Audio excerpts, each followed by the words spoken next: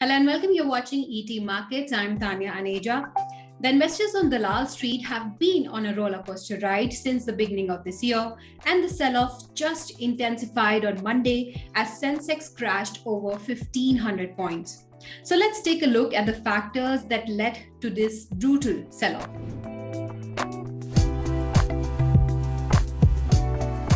Number one, of course, US inflation data.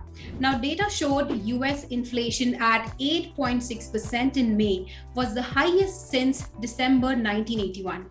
And this data has left investors worried about the Fed having to adopt an even more aggressive approach towards taming inflation than it already has.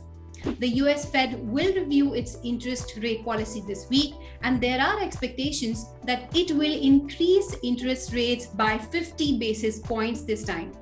Experts believe that such a scenario would be negative for risky assets like equity, particularly in the context of declining global growth. Also, the domestic currency hit an all-time low of 78.29 against the dollar on Monday. The US Treasury yields surged to 14-year high at 3.15%, while dollar index spiked over 104 level.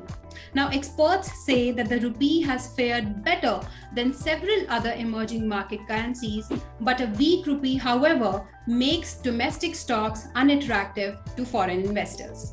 Adding fuel to the fire was a COVID outbreak that emerged in Beijing's most popular district, where 3 rounds of mass testing has been announced.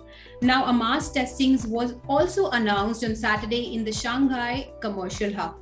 Now, the thing is that China has a tough zero COVID policy, which has raised concerns that the country's economic activity may slow down further, hitting demand for metals and oil.